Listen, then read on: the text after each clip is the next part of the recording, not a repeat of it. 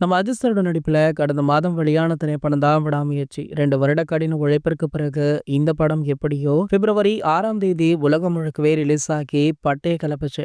வசூலிலும் சரி, விமர்சன ரீதியாகவுமே சரி, படக்குழு பட்ட பாடு ஒட்டுமொத்தமாக அந்த ஸ்கிரீன் பிரசன்ஸ்லே அந்த அளவிற்கு தெரிஞ்சது. படக்குழுவை பலருமே வெகுவாக பாராட்டினாங்க.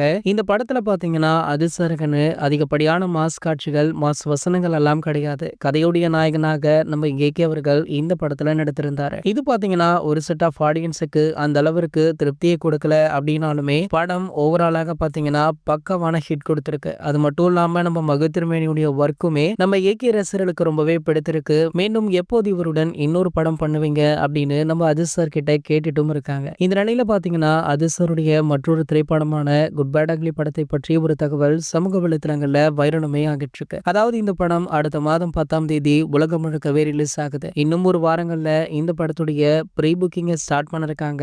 இந்த வேலையில பாத்தீங்கன்னா தற்போது இந்த படத்துடைய ஹிந்தி உரிமையை பிரபல நிறுவனம் ஒன்று பல கோடி ரூபாய் கொடுத்து வாங்கியிருக்காங்களா. ஒரு நேரடி தமிழ் படத்திற்கு இந்த அளவிற்கு ஹிந்தியில போவது இதுவே முதல் முறை அப்படின்னு சொல்லப்படுது. ஆகையால ஹிந்தியில உள்ள டாப் பிரபலங்களுக்கு இணையாக குட் பேட் அக்லி திரைப்படம் அங்கு ஒரு மிகப்பெரிய மார்க்கெட்டை கிரியேட் பண்ணிருக்கா. இதனை வைத்து பார்க்கையில கண்டிப்பாக படத்துடைய முதல் நாள் வசூல் உலக அளவுல ஒரு மிகப்பெரிய தாக்கத்தை ஏற்படுத்தும் அப்படின்றதுல எந்த ஒரு மாற்று கருத்துமே கிடையாது. நம்ம குட் பேட் அக்லி படத்திற்காக உங்களை யாரெல்லாம் அவளுடன் காத்துட்டு இருக்கீங்க அப்படின்றத கீழே உள்ள கமெண்ட் செக்ஷன்ல கமெண்ட் பண்ணிட்டு நம்மளுடைய அஜித் 360 சேனலை மறக்காம சப்ஸ்கிரைப் பண்ணிக்கோங்க.